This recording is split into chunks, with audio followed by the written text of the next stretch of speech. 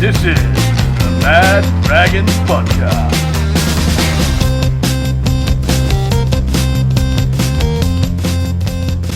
G'day and welcome to the Mad Dragons Podcast. And before we've even started, it feels like our season is over. A pathetic, insipid display that only got better because we kept our best players out on the park and South whirled out some of their reserve grade and Jersey Flegg talent. If both teams only used their best 17 for the whole game, I think we may have lost by 60. Big T, happy birthday, by the way, but are you in the it's only a trial camp, or do you think there's a real cause for concern and a genuine fear we could get the wooden spoon? Yes, it is only a trial, but yes, we did put a pretty full strength side into it, as did South Sydney. But it was through the middle was just paper thin. It didn't work for us yesterday. We didn't gel. We didn't show anything. Ben Hunt was quiet. And the attack was quite pedestrian. But we did show in stages how good we can be. We've got the back line can throw the ball around. We've just got no go forward. There's nothing there. Yeah, mate. It's there was certainly a lot of concerns. I don't know. Muzz, I know I've sort of spoken to you off air, and you sort of said that you don't think it's as doom and gloom as a lot of fans are making it out to be. No, I mean, it was bad. Don't get me wrong. They scored 42 points against us, but I watched it today because I didn't get a chance to see it last night. But there was a lot of things there in the first half. The first 10 minutes, I thought, well, here we go. Souths are making 60 metres, 70 metres before their kick on the fifth, and then we're barely making halfway. But then, look, we did a lot of good things. I think Sewer and Sully working out wide together is working well. We had a chance to be probably 12 all at one stage. We had that Lomax pass that went forward just to Fiona in the corner, and then we had a couple of moves out to the right where we could have scored as well. And it could have well been 12 all after about 20 minutes. There's a lot of good ball movement, a lot of offloads. I think Little out of dummy half is certainly a bonus for us now. He's looking pretty good out of there.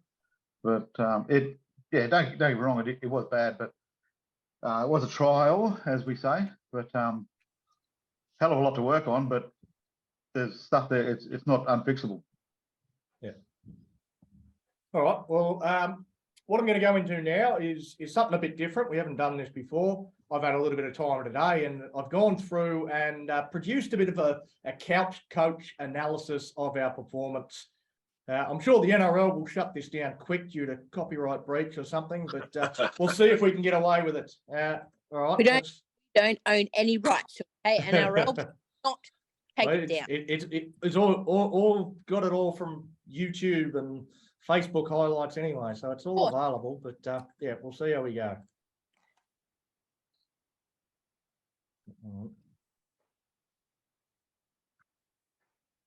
That might help. You can actually hear it. Okay, so the first one I want to highlight is this try here. Damien Cook. We always seem to struggle against fast dummy halves, but the players I want to highlight here is this bloke here, Blake Laurie. You can see he's turned his back and he's running back into that A defender spot. Now, that puts pressure on this guy here. So this is Zane Musgrove. He now has to make a decision as to what he's going to do. Now, as we roll this forward, what I want to stop here and look at is Damien Cook's eyes. What he's looking at is Zane Musgrove just waiting for him to turn that inside shoulder. As soon as he does, he's got Cameron Murray on his outside running into a hole, which puts pressure on Moses Mbai. Moses Mbai, he's not up to it and misses the tackle, and it's a pretty simple try. This next one, I just want to freeze when Walker gets the ball here. Now, this just shows how we're not on the same page defensively. Moses Mbai, he's good. He's got Walker covered, but Moses Sully's probably the biggest issue. Flat-footed, he's got a couple of attackers coming at him. Mika Ravalawa, on the other hand, over here is completely facing the sideline. As we roll that forward, we see that Sully makes the decision to go in. That lets Tass go straight through that wide open hole, and a very, very simple try orchestrated by a good ball playing from Cody Walker.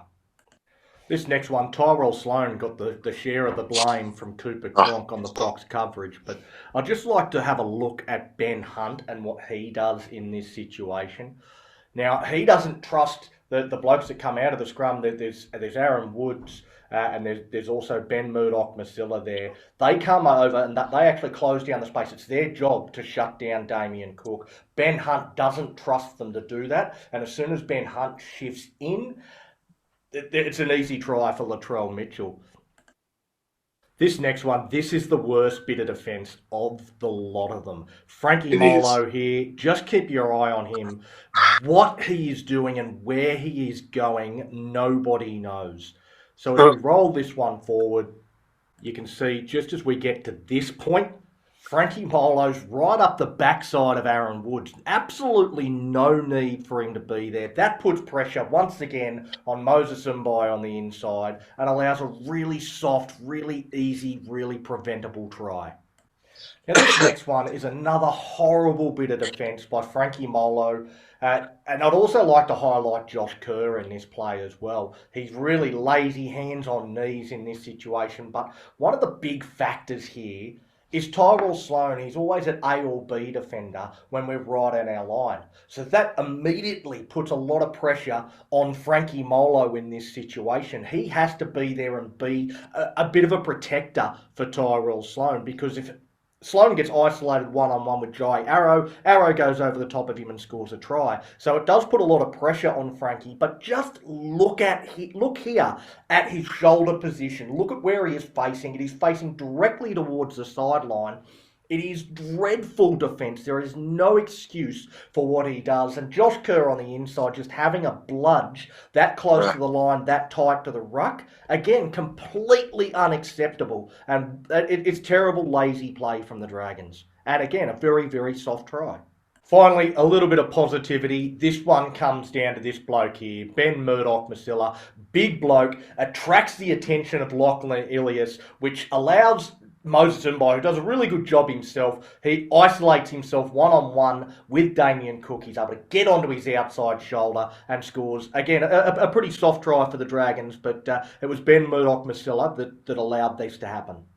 Another real highlight for me, this one, as we freeze it just as Sullivan gets the ball. Now, it's been good work on the inside, but if you count the numbers, there's 1, 2, 3, 4 South defenders, and outside Billy Burns, we've got Sully and Ravalawa. So it's 4 attackers against 4 defenders. There really is no clear advantage for the Dragons in this situation.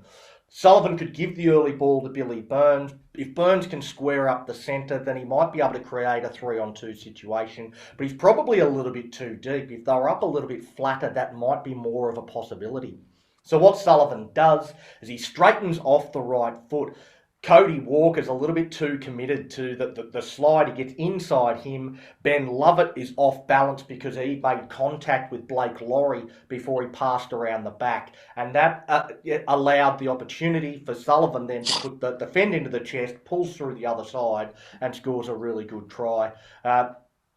This play here is actually a really, really good piece of play from Zane Musgrove. Now, Musgrove here, he manages to get at Cody Walker. If he goes into the teeth of the defence, it all breaks down, but he gets at Walker. Now, you can't see it on this shot, but outside Walker, there is only the centre and the winger. So, and if you look at the Dragons have a number of players. We've got Jaden Sullivan there. We've got Billy Burns there. We've got Moses Sully, Mika Ravalawa. They're all there. So we've got big numbers. So as this offload comes from Musgrove, you can see that the feet at the bottom of the table, that is the widest South player. So that is the winger. The centre has got interested in this play as well. So it's effectively a 5-on-1 that Musgrove has been able to create with this one offload. Sloan, as we see here, he pulls through the other side of the defence, does really well, gets the line break. But if we freeze it here, we see that there's 3 Dragons players unmarked outside him. If he can get the ball to any one of these 3 players, it's a try to the Dragons. Instead, he's a bit kick happy, tries to put the ball on the boot, gets ankle tapped as he's trying to kick it, hands over possession, South counter attack, and they score not long after. Okay, so this one, I just want to highlight these 2 players. This is Tyrell Fuimaono, and then at first marker is Blake Laurie. Now, as we roll this forward until the ball gets into the hands of Cody Walker, you can see that a gap has already opened up here between Billy Burns and Tyrell Fuimaono. That's the space that Cody Walker steps into. He gets into that space, and then from there, it's the first marker in Blake Laurie, who is a little bit lazy, doesn't get across, doesn't close down that space. Walker steps again, goes into that gap, and scores a very, very soft try. Okay, so what I like about this one, this is a great piece of play by Ben Hunt, but what I like most about it is the Dragon shape. It's one of the rare times where we actually had some decent shape in this entire game. Now, Ben Hunt gets the ball here, and you can see that Ben Murdoch-Masila runs the underneath line. You've got Tyrell Sloan out the back, and you've got Zach Lomax, who's up nice and flat. It gives us some decent angles. Now, we want those angles in attack. Unfortunately, we see those angles too often in defence. Now, as we roll this forward, we freeze it there. We just see Ben Murdoch-Masila does just enough to hold both of these players just for a fraction of a second. And that then brings Tyrell Sloan into the game. So because of his speed, he gets on the outside of Blake Taaffe. And Taaffe can't go with him. So what that means is that the centre or the winger, one of these guys has to make a decision. Now, the centre, he's marked up well on Zach Lomax. As we roll this one forward, we see it as the winger that is the one that makes the decision. He's the guy that gets caught out and coming in. Now, Ben Hunt, the beauty of this play from Ben Hunt is that he makes 100% the correct decision. So he could give it to Tyrell Sloan, and he's probably got a 2-on-1 on the outside. But as we see here, we see the centre that's marking Zach Lomax he's actually slid off Lomax pretty well.